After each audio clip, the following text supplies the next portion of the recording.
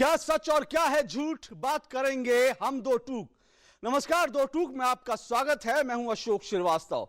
5 राज्यों में, देश के 5 राज्यों में विधानसभा चुनावों को लेकर जोरदार गहमा गहमी चल रही है। तमाम राजनीतिक पार्टियां अपने चुनावी घोषणा पत्र जारी कर रही हैं, वायदे कर रही हैं और सत्ता में आने की तैयारियों में लगी हैं। इसी बीच आज पूरे देश भर में राष्ट्रीय मतदाता दिवस यानी नेशनल वोटर्स डे मनाया जा रहा है। वोटर्स डे के पीछे एक खास मूल भावना यह है कि ज्यादा से ज्यादा तादाद में मतदाता जागरूक हों और वो वोट करें। जाहिर तौर पर देश का वोटर मतदाता लगातार जागरूक तो हो रहा है, लेकिन देश का मतदाता अक्सर राजनीतिक दलों के चाल और चरित्र पर उंगली भी उठाता रहता है। और इसी बीच हमने कल देखा कि ADR, association for democratic reform, जो कि चुनाव सुधार पर काम करने वाली एक संस्था है, एडीआर ने एक रिपोर्ट जारी की और वो रिपोर्ट एक बार फिर से राजनीतिक दलों के चाल चरित्र पर बहुत सारे सवाल उठाती है। इस रिपोर्ट में साफ कहा गया है कि राजनीतिक दलों का 69% जो चंदा है वो अज्ञात स्रोत से आता है, यानी ऐसे सोर्सेस से आता है जिसके बारे में कुछ जानकारी नहीं है। और इस पूरे खेल में सभी राजनीतिक पार्टियां शामिल हैं, बड़ी राष्ट्रीय पार्टियां भी और साथ साथ जो क्षेत्रीय पार्टियां हैं वो भी। एडीआर की इस रिपोर्ट के बाद एक बार फिर यह सवाल उठा है कि क्या चुनाव सुधार को लेकर प्रक्रिया को तेज करने का वक्त आ गया, और क्या जो स्टेट फंडिंग का एक बात है कि चुनाव जो है उसको सरकार के धन से यानी स्टेट फंडिंग से, राजनीतिक पार्टियों की स्टेट फंडिंग से चुनाव लड़े जाए। यह सुझाव बहुत साल से जो है यह सवाल उठता रहा है, यह सुझाव उठता रहा है। तो एक बार फिर से यह सवाल उठा है कि क्या स्टेट फंडिंग से चुनाव हो, उसको लेकर देश में बहस करने का वक्त आ गया है। और इसी बहस को आज हम इस मंच से दो टूक से बढ़ाएंगे। जो 2 सवाल आज हम इस दो टूक में उठाएंगे वो आपकी टेलीविजन स्क्रीन पर आ रहे हैं। हमारा आज का पहला सवाल आपकी टेलीविजन स्क्रीन पर। हमारा आज का पहला सवाल, राजनीतिक दलों के चंदे पर फिर उठे सवाल। क्या स्टेट फंडिंग से हो चुनाव? क्या ये जो चंदे पर सवाल उठ रहे हैं इसका जवाब क्या स्टेट फंडिंग में तलाशा जा सकता है? क्या प्रक्रिया को बदलना पड़ेगा? यह हमारा आज का पहला सवाल है। और हमारा आज का दूसरा सवाल आपकी टेलीविजन स्क्रीन पर आ रहा है। हमारा आज का दूसरा सवाल, आखिर क्यों राजनीतिक दल चंदे की मैली चादर बदलने को तैयार नहीं है? यह सवाल हम इसलिए उठा रहे हैं क्योंकि आज से नहीं 20 साल से लगातार यह बात उठ रही है कि स्टेट फंडिंग हो। और इस पर इंद्रजीत गुप्त की कमेटी बनी, उसने भी यह बात कही। विधि आयोग ने और प्रशासनिक सुधार जो की कमेटी है उस सब ने इस तरह की वकालत की थी कि स्टेट फंडिंग से चुनाव को लेकर के जो ऑप्शन है तलाशे जाने चाहिए। लेकिन राजनीतिक पार्टियां इस पर अब तक आम सहमति बना नहीं पाई हैं। क्यों? ये आज का बड़ा सवाल है। हमारे साथ 3 मेहमान जुड़ रहे हैं, परिचय करा दो। हमारे साथ सुदेश वर्मा है। सुदेश वर्मा जी बीजेपी के स्पोक्स पर्सन है। हमारे साथ अनिल जी हैं, अनिल वर्मा जी, जो कि ADR, association for democratic reform से जुड़े हुए हैं। एडीआर की ये रिपोर्ट है जिसके आधार पर आज हम इस बहस को बढ़ा रहे हैं। और हमारे साथ आलोक शर्मा है, कांग्रेस के स्पोक्स पर्सन। आप तीनों का बहुत बहुत शुक्रिया और स्वागत। सबसे पहले अनिल जी, मैं आपसे शुरू करूं। ये जो रिपोर्ट आई, आपने बहुत इस पर मेहनत की और मैं देख रहा था कि 2004 से 2015 तक 3 लोकसभा, 71 विधानसभा चुनाव जो है उनका डेटा जुटाया गया। इसमें इनकम टैक्स से, आरटीआई से और तमाम तरह के डेटा जुटाया गया। उसके बाद कितनी विश्वसनीय है ये रिपोर्ट? क्या ये जो रिपोर्ट है और इससे जो निष्कर्ष निकले हैं, क्या वो इशारा करते हैं? विश्वसनीयता की बात तो ये है कि जो पॉलिटिकल पार्टीज़ अपनी रिपोर्ट्स इलेक्शन कमीशन में जमा करती हैं और इनकम टैक्स रिटर्न जो इनकम टैक्स अथॉरिटी में जमा करती हैं, उसी के आधार पर ये रिपोर्ट्स बनाई है। कुछ जानकारी आपने आरटीआई से भी जुटाई, हालांकि पॉलिटिकल पार्टी आरटीआई से बहुत जानकारी देती नहीं है। नहीं, हमने इनकम टैक्स अथॉरिटी से जी। तो जो पॉलिटिकल पार्टीज अपनी रिटर्न्स वहाँ जमा करती हैं उससे जानकारी हासिल की और फिर ये रिपोर्ट बनाई गई। तो उस हिसाब से तो विश्वसनीय है। दूसरी बात ये इसमें दोबारा उभर के आ रही है कि वही जो अननोन सोर्सेज और या अज्ञात स्रोत से जो फंडिंग है वो वैसी की वैसी बरकरार 70% के लगभग कई सालों से चल रही है। वो वैसे की वैसी ही बरकरार है। और इसमें जैसे बड़ा क्लियरली आया है कि कांग्रेस का तो शायद 83% है और बीजेपी का 65% है और समाजवादी पार्टी का 93% या कुछ इस प्रकार से है। अब ये चीज़ डिमोनेटाइजेशन का जब शुरू हुआ था तो पॉलिटिकल पार्टी फाइनेंसिंग के ऊपर सबकी नज़र पड़ी थी और सबने बोला कि भाई ये दोहरे मापदंड क्यों है? एक आदमी के लिए, नॉर्मल आदमी के लिए, सिटीजन के लिए तो आप 2.5 लाख, कुछ ये स्क्रूटनी, ये चेकिंग होगा, वो होगा।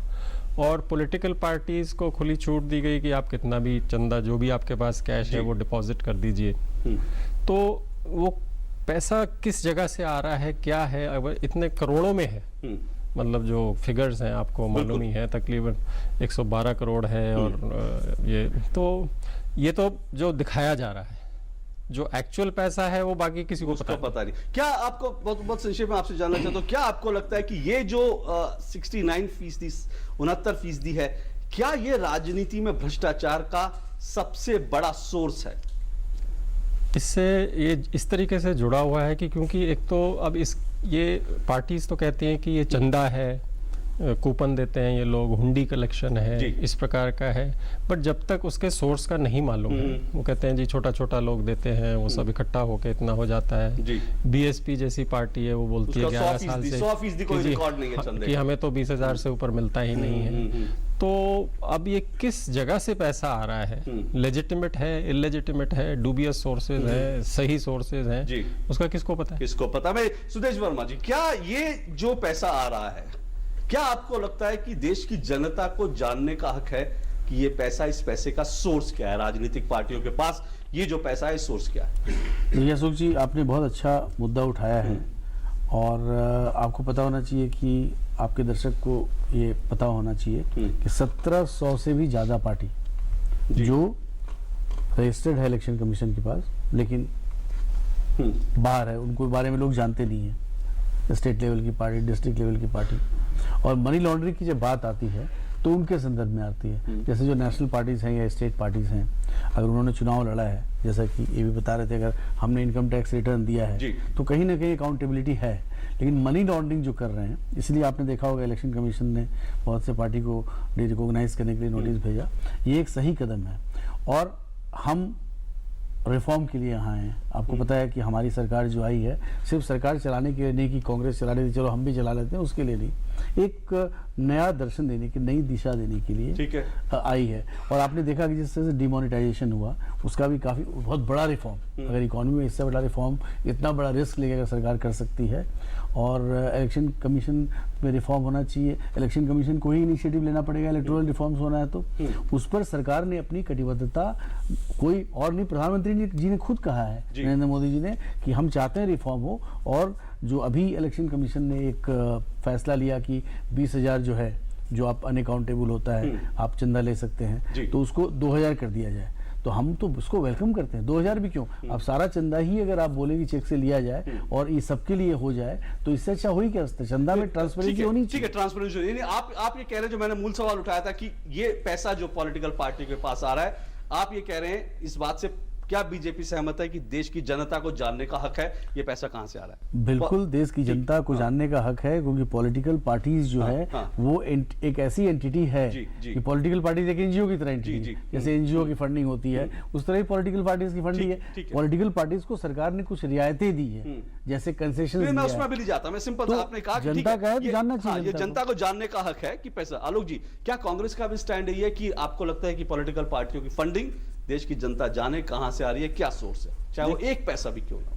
अशोक जी, मैं समझता हूं कि ये पूरा का पूरा अधिकार इलेक्शन कमीशन का है। और जहां तक बात हक की है, हक है तभी तो आरटीआई के माध्यम से जो यूपीए सरकार ने आरटीआई दिया, आज तमाम आंकड़े इकट्ठे हुए हैं। इनकम टैक्स से भी जो आंकड़े लिए गए हैं, अगर इलेक्शन कमीशन के थ्रू और इनकम टैक्स के थ्रू अगर आंकड़े पॉलिटिकल पार्टीज ने नहीं दिए होते, तो मैं समझता हूं एडीआर उसको कलेक्ट नहीं कर पाता।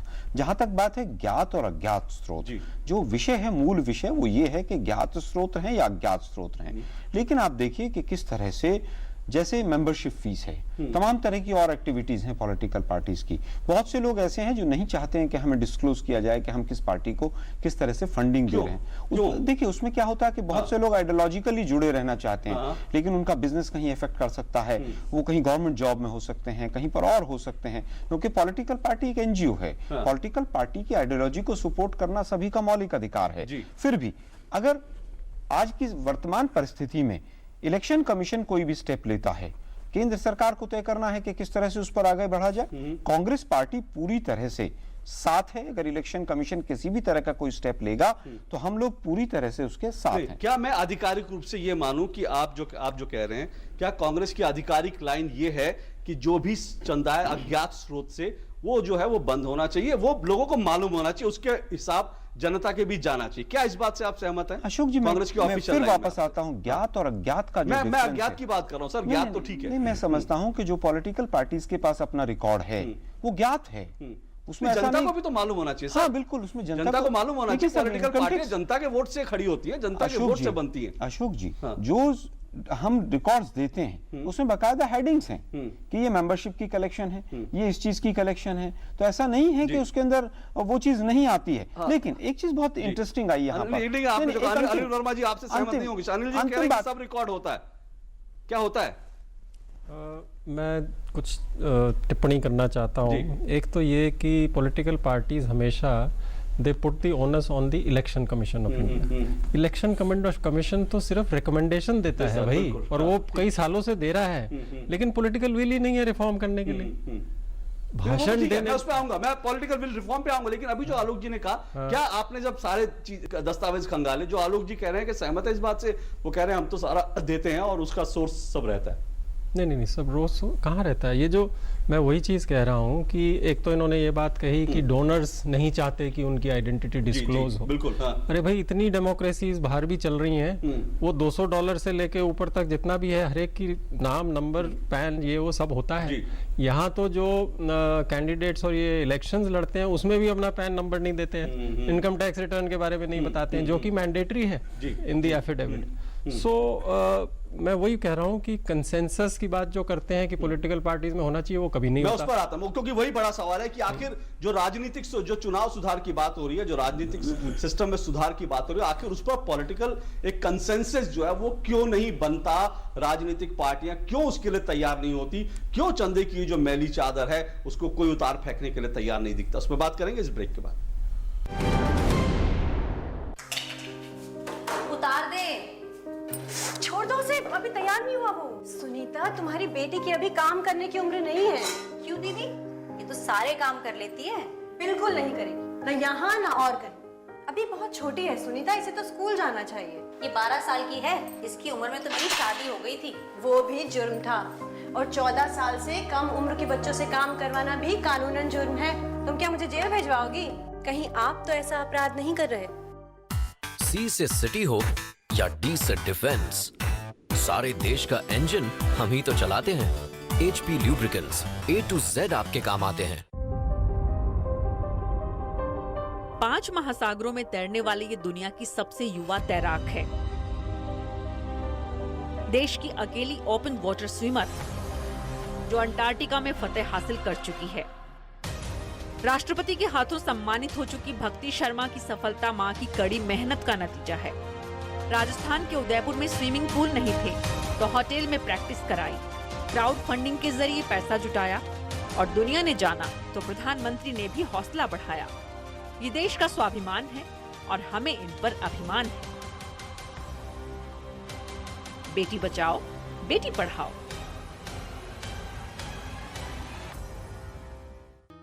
अरे, सुबह सुबह इतनी जल्दी मचा रखी है? हाँ, बाय पापा। आप में से कौन कौन विदेश में हायर स्टडीज के लिए लोन लेना चाहता है? मैडम, इंटरेस्ट कितना होगा? जो भी अल्पसंख्यक स्टूडेंट विदेश में post graduate diploma, masters, MPhil, PhD जैसी हायर स्टडीज के लिए लोन लेना चाहता है, उसके इंटरेस्ट पर सरकार सब्सिडी दे रही है। यानी आपके एजुकेशन लोन का इंटरेस्ट अब सरकार चुकाएगी। मदद हमारी, मंजिल आपकी। छुट्टी नहीं है, टॉफी देता हूँ। ये ले बेटा। ए बच्चा, ये टॉफी इसको वापस दे दे। 1 रुपया छुट्टा दीजिए।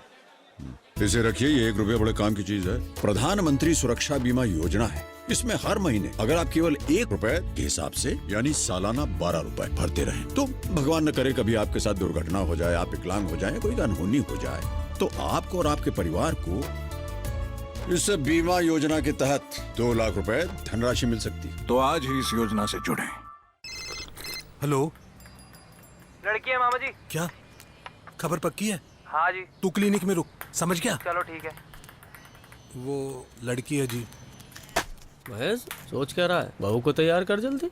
अरे जल्दी कर, डॉक्टर अपने अरुण मामा जी की पहचान क्या है? रजनी, तैयार हो जाओ, क्लिनिक जाना है। ऐसी ही सोच से शुरुआत होती है कन्या भ्रूण हत्या की। ये सोच भी हत्या के समान है। अपराधी कड़ी से कड़ी सजा के हकदार हैं। बेटे की आंख में बेटियों को बलि मत चढ़ाएं। भारत की आन बान शान में हमारी बेटियों का भी योगदान है। दो टूक में आपका एक बार फिर स्वागत है। आज हम पॉलिटिकल फंडिंग, राजनीतिक पार्टियों के चंदे पर बात कर रहे हैं। एडीआर की रिपोर्ट कहती है 69% चंदा राजनीतिक पार्टियों का अज्ञात स्रोत से आता है, जिसके बारे में कोई जानकारी नहीं होती कि पैसा किसने दिया और किस मद में दिया। इस पर ट्रांसपेरेंसी आनी चाहिए। देश की जनता को जानने का हक है कि यह पैसा दरअसल राजनीतिक पार्टियों के पास कहां से आया। और एक बड़ी बात यह है कि अगर यह नहीं चाहती राजनीतिक पार्टियां, तो फिर सवाल है कि इस पर सिस्टम क्यों ना बदला जाए, क्यों ना चुनाव सुधार की प्रक्रिया को तेजी से आगे बढ़ाया जाए, और क्यों ना स्टेट फंडिंग से चुनाव हो। इस दिशा में जो है बात की जाए। हमारे साथ सुदेश वर्मा बीजेपी से, अनिल वर्मा जी एडीआर से और आलोक शर्मा जी कांग्रेस से हमारे साथ जुड़े हैं। आलोक जी, ये जो चंदे हैं, ये इसमें बहुत सारा लोचा है। ये अभी अनिल जी ने सारा विस्तार से बताया, आंकड़े देखेंगे और ये साफ तौर पे जो पार्टी सत्ता में रहती है, इसमें भले ही आंकड़े ये बताते हैं कि 2004 से 2015 तक सबसे ज्यादा अज्ञात स्रोत से पैसा कांग्रेस को मिला, लेकिन शायद अगली रिपोर्ट जब आएगी तो उसमें शायद बीजेपी का नाम है, क्योंकि बीजेपी सत्ता में, तो क्योंकि समाजवादी पार्टी, अकाली दल, ये पार्टियां वो है जो सत्ता में नहीं, तो जो पार्टी सत्ता में रहती है उसके पास सबसे ज्यादा अज्ञात स्रोत से पैसा आता है। पर सवाल यह है कि आखिर सिस्टम को बदलने की जरूरत है। आपको लगता है कि अब वक्त आ गया है, स्टेट फंडिंग क्या इसका एक विकल्प हो सकता है? देखिए, मैं समझता हूं कि अभी एक रिफॉर्म्स की भी बात आई थी, वहीं से छोटा सा शुरू कर लेते हैं।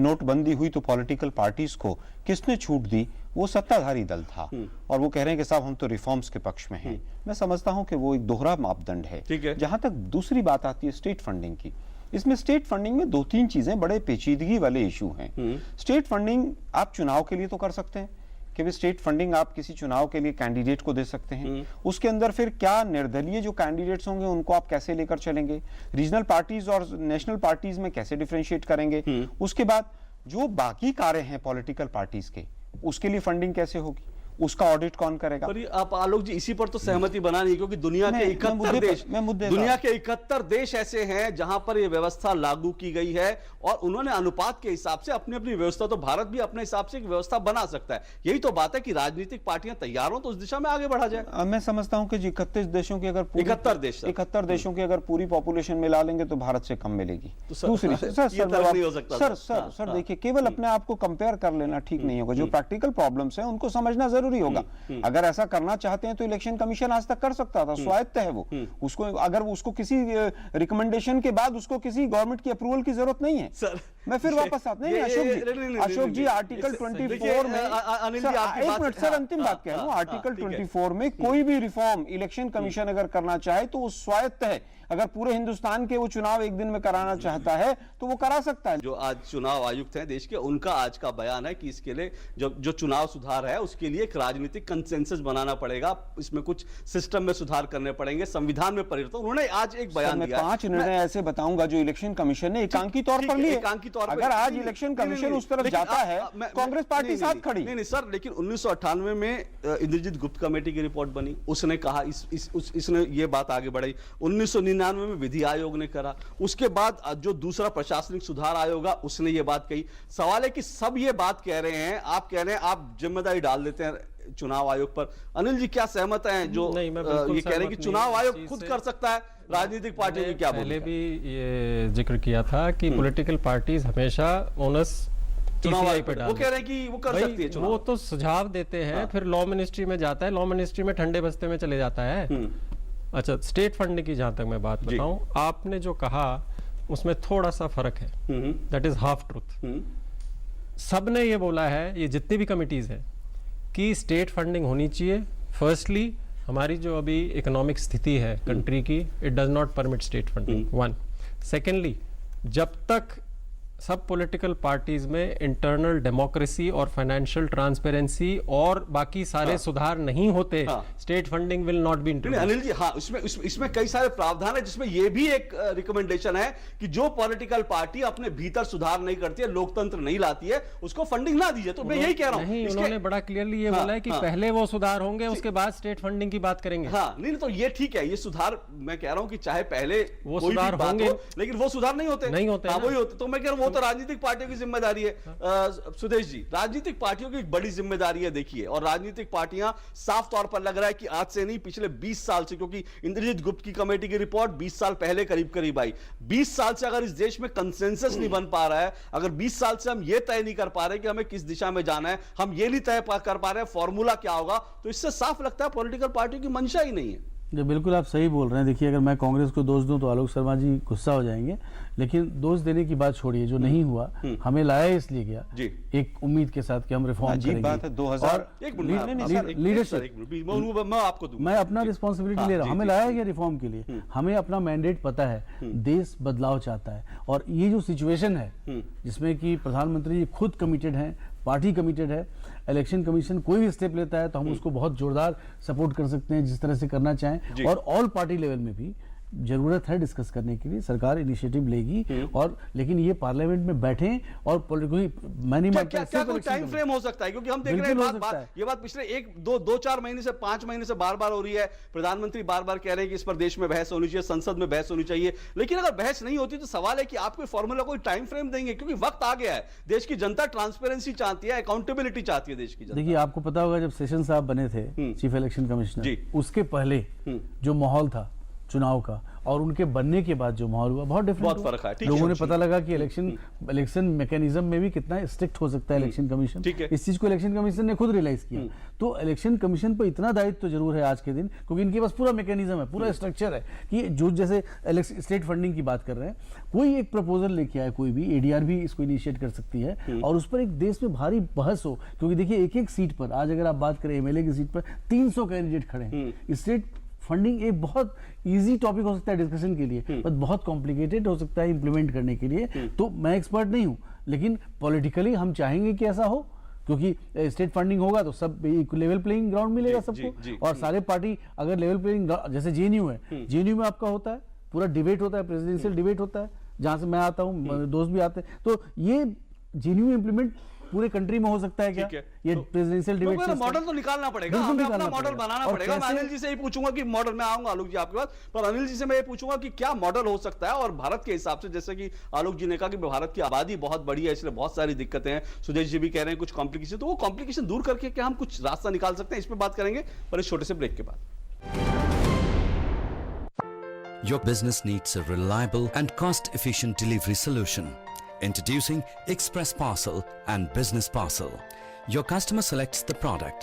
Our pickup service collects it from you and provides fast, secure and economical delivery at your customer's doorstep. We also collect cash from them and offer you fast cash remittance service. Now enjoy the growth and success of your business with India Post Parcel Services. Keep your business ahead. अगर सच्ची लगन है और आपका मेहनत है तो आपको दुनिया का कोई ताकत नहीं रोक सकता है।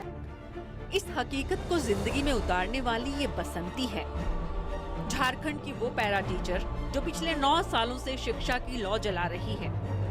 नवजात की लाचारगी पर लोगों ने जिंदगी खत्म करने की सलाह दी, लेकिन माँ ने किसी की नहीं सुनी। स्कूल भेजा, मैट्रिक पास हुई और उसके बाद बसंती आगे बढ़ती चली गई। टीचर बनी तो सरकार ने हौसला बढ़ाया और देश ने सिर आंखों पर बैठाया। ये देश का स्वाभिमान है और हमें इन पर अभिमान है। बेटी बचाओ, बेटी पढ़ाओ।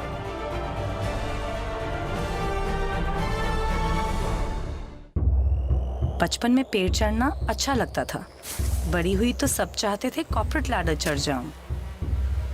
कुर्सी पर बैठे इनविजिबल सीढ़ियां चढ़ना नॉट माई स्टाइल। मुझे पसंद है टेक्नोलॉजी और पहाड़ चढ़ना, and this is the only job जो मुझे दोनों करने देता है। It's lonely at the top but the view it's incredible. हम है भारत के सबसे एक्साइटिंग वर्कप्लेस और हम दे रहे हैं आपको एक ऑफर। भारतीय सेना, आम नहीं ये जिंदगी। अरे जग्गू, कल चाय पर आ रहा है ना? नहीं यार, घंसू कुछ दिन से पीछे पड़ा हुआ है आधार बनवाने के लिए। इस उम्र में क्या जरूरत है आधार बनवाने की? आधार से तो मैंने बैंक खाता भी लिंक कराया है, जिससे मेरी गैस सब्सिडी सीधे मेरे खाते में आ जाती है। यही नहीं, जो मेरे यहाँ शांति काम करती है ना, उसे भी आधार से विधवा पेंशन मिलने में आसानी हुई है। आप उम्र के किसी भी पायदान पर हो, आधार आपको सरकारी एवं गैर सरकारी सुविधाओं को पाना आसान बनाता है।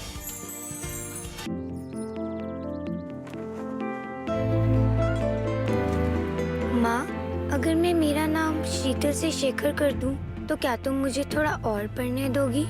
पापा, अगर मैं अपना नाम राधिका से राहुल कर दूं, तो क्या आप मुझे किसी दूर शहर में पढ़ने भेजेंगे? सपने हासिल करने का मौका सिर्फ बेटों को क्यों, बेटियों को क्यों नहीं?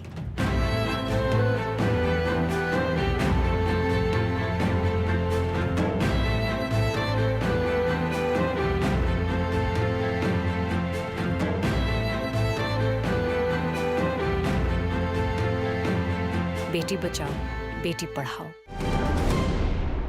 दो टूक में आपका एक बार फिर स्वागत है। आज हम बात कर रहे हैं चुनाव की स्टेट फंडिंग को लेकर, क्योंकि राजनीतिक दलों के चंदे को लेकर फिर से सवाल उठे हैं। हमारे साथ सुदेश वर्मा बीजेपी से और अनिल वर्मा जो कि ADR association for democratic reform से जुड़े हुए हैं, और आलोक शर्मा जी जुड़े हुए हैं जो कि कांग्रेस से हैं। बहुत संक्षेप में अनिल वर्मा जी, क्या आबादी भारत की ज्यादा हो सकती है, कॉम्प्लिकेशन हो सकती है, लेकिन फिर भी क्या हम कोई अपना मॉडल निकाल सकते हैं? मैंने कहा 71 देशों में है, तो कहीं ना कहीं से कुछ अच्छी चीजें सीखकर हम एक मॉडल बना सकते हैं कि बहुत मुश्किल लगता है, असंभव लगता है आपको? नहीं, असंभव बिल्कुल नहीं है। और हमारी ये जितनी कमिटीज की रिपोर्ट्स हैं उस सब में मॉडल दिया हुआ है। मैंने आपको बताया है, सबसे पहले political financing transparency, internal democracy in the political parties, वो जब आएगी उसके बाद state funding only in kind, no cash. Because हमारी आर्थिक स्थिति इस देश की ऐसी नहीं है कि हम इतना उसके ऊपर खर्च कर सकें। बिल्कुल ठीक है। तो और दूसरी एक छोटी सी टिप्पणी इनकी बात पे, अगर ये मैंडेट लेके आए चेंज करने का, तो फिर आरटीआई के अंदर पॉलिटिकल पार्टीज क्यों नहीं आ जाती? फिर एफसीआरए का वो 2010 वाला वो क्यों किया, जब बीजेपी और कांग्रेस दोनों के ऊपर हाईकोर्ट ने दिया हुआ है कि भाई आप फॉरेन फंडिंग ले रहे हैं। आरटीआई पर हमारे अध्यक्ष जी ने बताया है, बिल्कुल साफ किया है कि देखिए आरटीआई हम वेलकम करते हैं, लेकिन आरटीआई तंग करने के लिए ना हो। जैसे पॉलिटिकल पार्टी है, हजारों लोग रोज आएंगे, कौन आया, किससे मिला, फंडिंग में करिए, बिल्कुल ट्रांसपेरेंसी अकाउंटेबिलिटी होना चाहिए। हम लोग कमिटेड है रिफॉर्म्स के लिए। बहुत अच्छा समय है। ठीक है, मैं समय आ गया। आलोक जी, आपको लगता है कि मतलब अब रिफॉर्म को लेकर राजनीतिक पार्टियों का कंसेंसस बना लेना चाहिए, जनता को दिखना चाहिए कि चाहे बीजेपी, कांग्रेस हो या छोटी पार्टियां, सबके बीच एक मंशा है पारदर्शिता के लिए, ट्रांसपेरेंसी के लिए? देखिए, मैं समझता हूं कि गुप्त कमेटी जब 1998 में आई थी, उससे लेकर आज तक 10 वर्ष तक बीजेपी की सरकार रही। आज कह रहे हैं कि साहब हमें तो मैंडेट ही रिफॉर्म्स का मिला है। 3 साल के अंदर पिछले एक भी इलेक्टोरल रिफॉर्म्स आया हो तो बीजेपी के प्रवक्ता महोदय को बताना चाहिए। 10 साल तो ज्यादा हो गया। नहीं, मैं समझता हूँ 98 से लेकर 6 साल तक। 6 साल, हाँ ठीक है, 6 साल वो रहे हैं, 3 ये रहे, 9 और 1 साल बीच में सपोर्टेड सरकार रही है, 10 साल रहे हैं पूरे।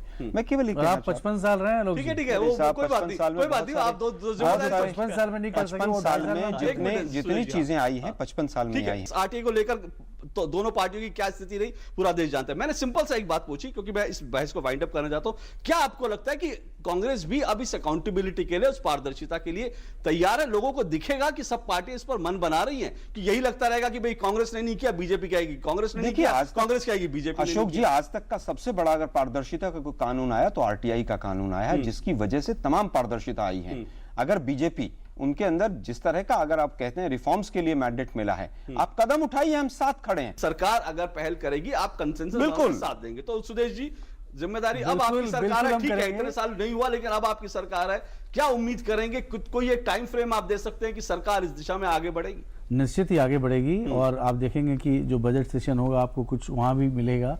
लेकिन जो पार्टी, मैं कांग्रेस की बात कर रहा हूँ, बाकी कांग्रेस पे चले गए, जो डिमोनेटाइजेशन पर कोई टाइम फ्रेम बता दीजिए, कब तक कर देंगे? पार्लियामेंट में डिस्कस करेंगे। डिमोनेटाइजेशन तो सरकारी लूट थी आप लोगों की। पार्लियामेंट चलने देंगे? सरकारी लूट है, लूट पर पार्लियामेंट चलने दें क्या?